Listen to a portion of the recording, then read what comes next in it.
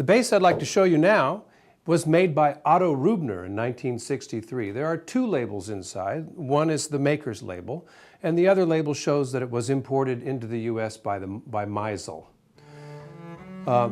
This bass, I've always looked at this bass as a wonderful bass at a real fair price.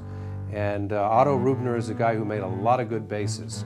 So let's take a quick tour, starting at the top as usual. Nickel-plated tuning machines, no damage. Actually, I would say this whole bass has never had any damage since 1963, but the neck is clean, maple neck. It's not a neck that where beechwood was substituted, as often happens on student quality instruments. Perfectly aligned grain. And then you see the sides. This is a little bit unusual. The external linings are characteristically German, but the way that they are cut flush with the top and the back, that's a little bit unusual. And then if I turn the bass this way, I bet you can see the Rubner brand stamp is clearly made here. I would say almost as always, the Germans are so careful the way they cut the wood. So I see the ray flecking indicating that this is a very perfect vertical grain on the back, and some nice flame down there at the bottom.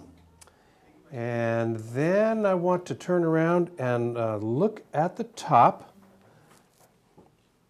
The top of this bass has a kind of a medium grain spacing. I think it's probably not too distinct in your pictures that you're seeing, but nice even, the grain, the spacing is nice and even across the width of the bass. And this is a very well-made bass that has not been abused in any way. There's no sign of repaired cracks. There's just nothing has had to be done to this bass since 1963. Morning as we set the instrument up with Spiracore strings, so I'm going to play a little jazz on here, and you'll hear that this is a very versatile instrument as well.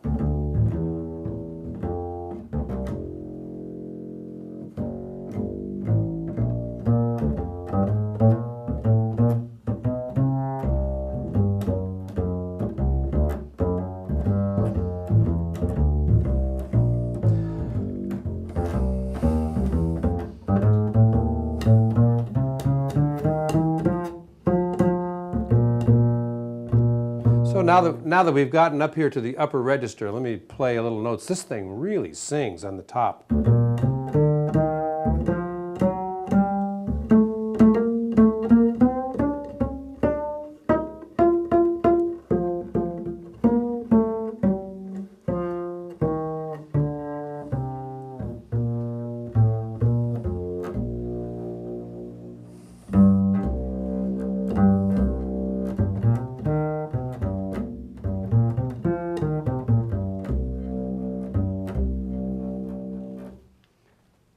So I think you can see the bass has got a good full low end, great growl, and evenness that supports the higher notes as well. Daniel is going to play some arco on this bass, and at that time the bass was strung up with bel canto.